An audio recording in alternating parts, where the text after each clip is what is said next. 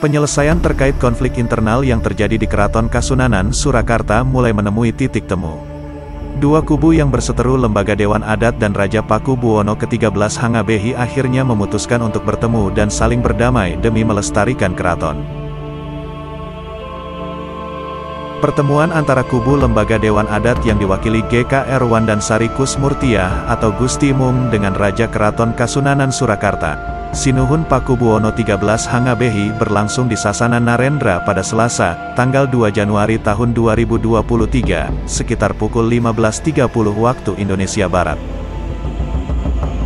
Islah dua kubu tersebut berkat peran salah satu kerabat Keraton Kasunanan Surakarta atau Keraton Solo yang bernama Kanjeng Raden Ayu Herniati Sriana Munasari.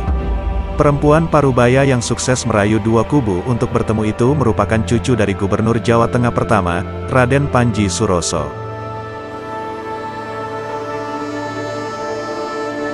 Kanjeng Raden Ayu Herniati Sriana Munasari atau yang akrab disapa Herni mengaku sangat bersyukur karena momen yang ditunggu-tunggu pertemuan antara Sinuhun Pakubuwono ke-13 dengan Gusti Mung akhirnya bisa terwujud.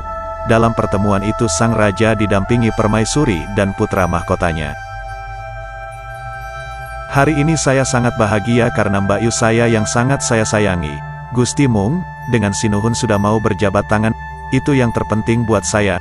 Saya berhari-hari menunggu momen ini, kata dia saat ditemui di Keraton Kasunanan Surakarta, Selasa, tanggal 2 Desember tahun 2023. Untuk mempertemukan dua kubu yang terlibat konflik Keraton Surakarta selama belasan tahun itu, Herni mengaku membutuhkan waktu selama 5 hari untuk melakukan penjajakan.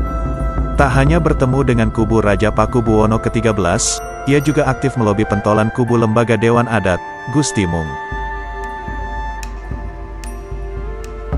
Kemarin saya hampir putus asa dan mau pulang ke Jakarta karena tidak ada titik temu.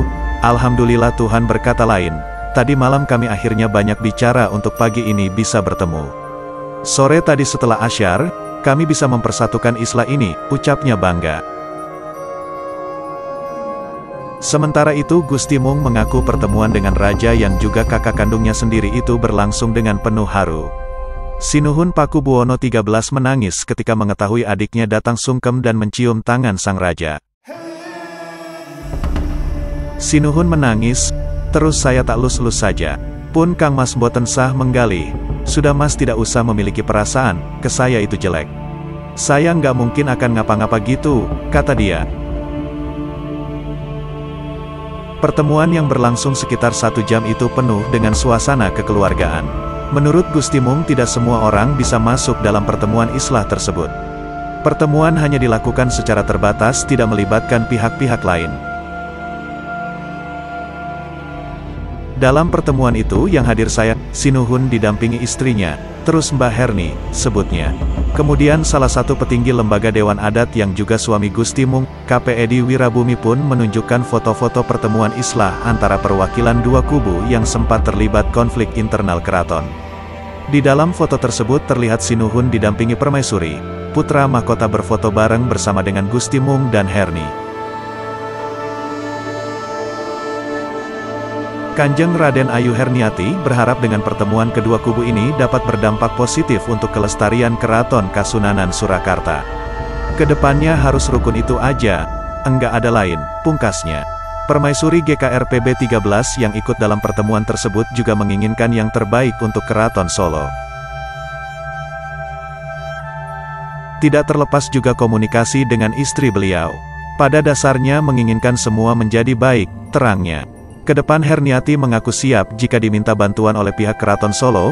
Kalau saya diminta untuk bantu saya siap bantu, ungkapnya. Gusti Mung mengungkapkan kondisi Sri Susuhunan Pakubuwono ke-13 yang tidak bisa berjalan dan berbicara. Seperti yang jenengan lihat Sinuhun sulit untuk bicara. Duduk sulit untuk berjalan, di kursi biasa, ujarnya, itu kamar dahar. makan, tapi untuk kamar tidur, tuturnya. Menurutnya, ada beberapa pesan penting yang disampaikan Sri Susuhunan Pakubuwono ke-13 dalam pertemuan ini, salah satunya pelestarian Keraton Solo. Kami harus menjalankan pesannya Sinuhun PB12. Kita bersama-sama untuk menjaga keraton, lestarinya keraton, ujarnya. Bisa lestari sampai akhir zaman, pungkasnya.